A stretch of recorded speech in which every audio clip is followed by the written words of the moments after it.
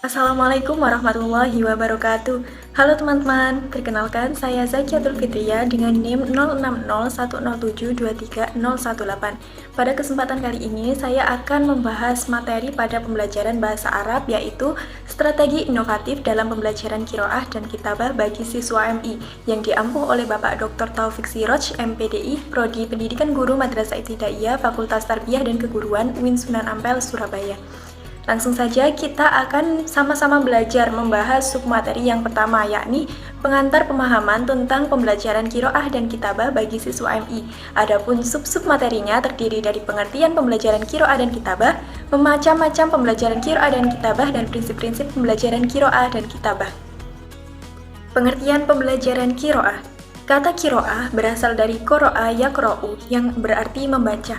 Secara bahasa, kata ini terkait dengan wahyu pertama Al-Quran, yaitu Iqra, yang merupakan perintah membaca. Pembelajaran qiraah adalah proses mengajarkan keterampilan membaca dalam bahasa Arab yang mencakup pengenalan huruf, pelafalan, pemahaman teks, serta analisis makna. Jadi, dalam pembelajaran qiraah, siswa itu tidak hanya belajar membaca, tetapi juga memahami makna teks dalam bahasa Arab. Ini juga membantu mereka lebih mudah memahami kitab-kitab berbahasa Arab dan bacaan sehari-hari. Pengertian pembelajaran kitabah. Katabah dalam bahasa Arab berarti menulis. Kata kitabah berasal dari bentuk masdar dari katabah yang berarti aktivitas menulis atau tulisan yang tersusun dan bermakna. Pembelajaran kitabah adalah proses mengembangkan keterampilan menulis dalam bahasa Arab, mulai dari membentuk huruf hingga menyusun teks yang bermakna. Keterampilan ini mencakup aspek teknis dan ekspresi ide secara efektif. Jadi, melalui pembelajaran kitabah, siswa itu dapat meningkatkan keterampilan menulis berbahasa Arab dengan baik dan benar. Dan selain itu, keterampilan ini juga membantu mereka dalam memahami kaidah tata bahasa Arab dengan lebih baik. Macam-macam pembelajaran qiraah.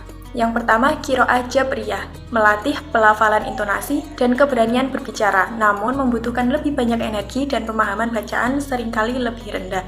Nah, metode ini membantu siswa itu untuk berani berbicara dalam bahasa Arab, meskipun pemahamannya perlu diperkuat. Oleh karena itu, metode ini cocok bagi siswa pemula yang masih belajar pelafalan.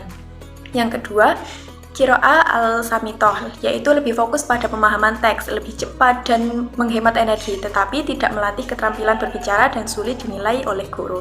Nah, metode ini itu cocok untuk meningkatkan pemahaman bacaan, tetapi kurang melatih kemampuan berbicara. Oleh karena itu, perlu dikombinasikan dengan metode lain agar siswa itu dapat memahami sekaligus berbicara bahasa Arab dengan lebih baik. Macam-macam pembelajaran kitabah. Yang pertama, dikte atau al-imla. Imla hijai adalah menulis huruf hijaiyah dari teks yang tersedia. Imla mangkul, yaitu menyalin teks dari buku atau papan tulis. Imla manzur adalah mengamati teks lalu menuliskannya kembali tanpa melihat contoh. Imla istimai, yakni menulis teks berdasarkan apa yang terdengar. Dan imla ihtibari, yaitu dikte sebagai tes untuk mengukur keterampilan menulis siswa. Nah, teknik dikte ini membantu siswa dalam membiasakan diri menulis huruf dan kata dalam bahasa Arab. Dengan latihan rutin, siswa itu dapat menulis dengan akurat, cepat, dan akurat. Yang kedua, menulis indah atau al-khot, yaitu gaya tulisan seperti khot hufi, naskhi, sulusi, farisi, diwani, dan lainnya yang mengembangkan estetika dalam tulisan Arab. Nah, pembelajaran ini juga tidak hanya mengajarkan menulis, tetapi juga mengembangkan keterampilan seni dalam tulisan Arab. Nah, ini dapat meningkatkan minat siswa dalam belajar bahasa Arab karena mereka juga belajar seni kaligrafi. Yang ketiga, mengarang atau al-takbir wa al-insya. Insya muwajjah, yakni mengarang terbimbing dengan bimbingan guru, dan insya hur, mengarang bebas berdasarkan kreativitas siswa. Nah, melalui kegiatan mengarang ini, siswa itu dapat mengekspresikan ide mereka dalam tulisan bahasa Arab. Nah, hal ini juga melatih mereka dalam berpikir kritis dan mengembangkan kosakata. Prinsip-prinsip pembelajaran qiraah dan kitabah. Prinsip pembelajaran qiraah. Yang pertama, prioritas pada aspek dasar. Yang kedua, ketepatan makhorijul huruf. Yang ketiga, pemahaman isi bacaan. Nah, pembelajaran qiraah harus dilakukan secara bertahap agar siswa memahami dasar-dasarnya dengan baik. Dengan latihan rutin, siswa akan terbiasa membaca dengan lancar dan memahami isi teks lebih baik. Prinsip pembelajaran kitabah yang pertama, penentuan tema yang jelas. Yang kedua, penggunaan tema dari kehidupan nyata. Yang ketiga, pengajaran bertahap. Yang keempat, kepatuhan pada kaidah imla. Dan yang kelima, aktivitas siswa. Nah, prinsip-prinsip itu tadi membantu siswa memahami dan menerapkan keterampilan menulis dalam bahasa Arab secara efektif. Dengan penggunaan tema yang relevan, siswa akan lebih mudah mengembangkan tulisan mereka.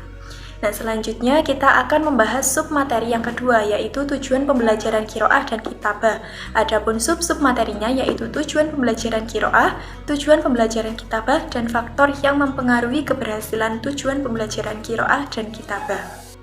Tujuan pembelajaran qiraah, tujuan umum. Nah, di tujuan umum, pembelajaran qiraah adalah untuk membentuk keterampilan membaca yang baik dan benar dalam bahasa Arab. Ini akan membantu siswa dalam memahami teks-teks agama maupun akademik.